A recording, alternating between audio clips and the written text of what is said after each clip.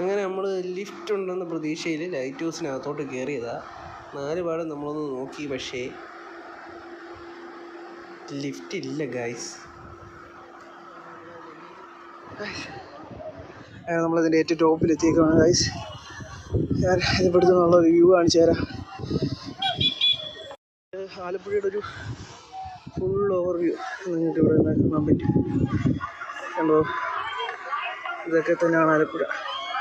ഇവിടെ നേരത്തെ കളിച്ചിരുന്ന ഗ്രൗണ്ട് നല്ല രീതിയിൽ കാണാം.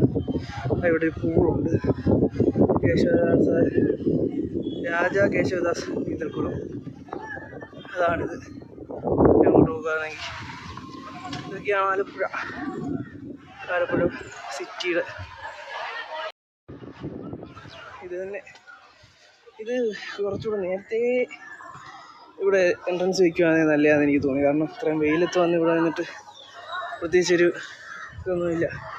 കുറച്ചുകൂടി ഒരു 7 മണിക്കൊക്കെ ഇവിടെ എൻട്രൻസ് വയ്ക്കുകയാണെങ്കിൽ നല്ലതായിരുന്നു. എൻട്രി 7 മണിക്ക് തൊട്ട് എൻട്രി കൊടുക്കുമായിരുന്നെങ്കിൽ നല്ലതായിരുന്നു.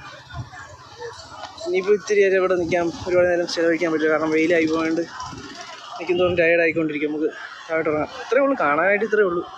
ജസ്റ്റ് ഇത്ര നേരം വെയിറ്റ് ചെയ്യാൻ വേണ്ടി ഒന്നും ഇല്ലായിരുന്നു. വേറെ എവിടെയെങ്കിലും പോയാൽ മതിയായിരുന്നു. ഗൈസ്, ഇപ്പോൾ എൻ്റെ അവസ്ഥ ഒരുവിധം കറുത്തു, നല്ലോണം വിയർത്തു. പഴയൊരു ലൈറ്റ് ഹൗസ് ആയതുകൊണ്ട് തന്നെ അതിൻ്റേതായ പരിമിതികൾ ഇവിടെ ഉണ്ട്. കേരളത്തിലെ ഏറ്റവും പഴക്കം ചെന്ന ഇതാണ്. ഇവിടെ കണ്ടോ,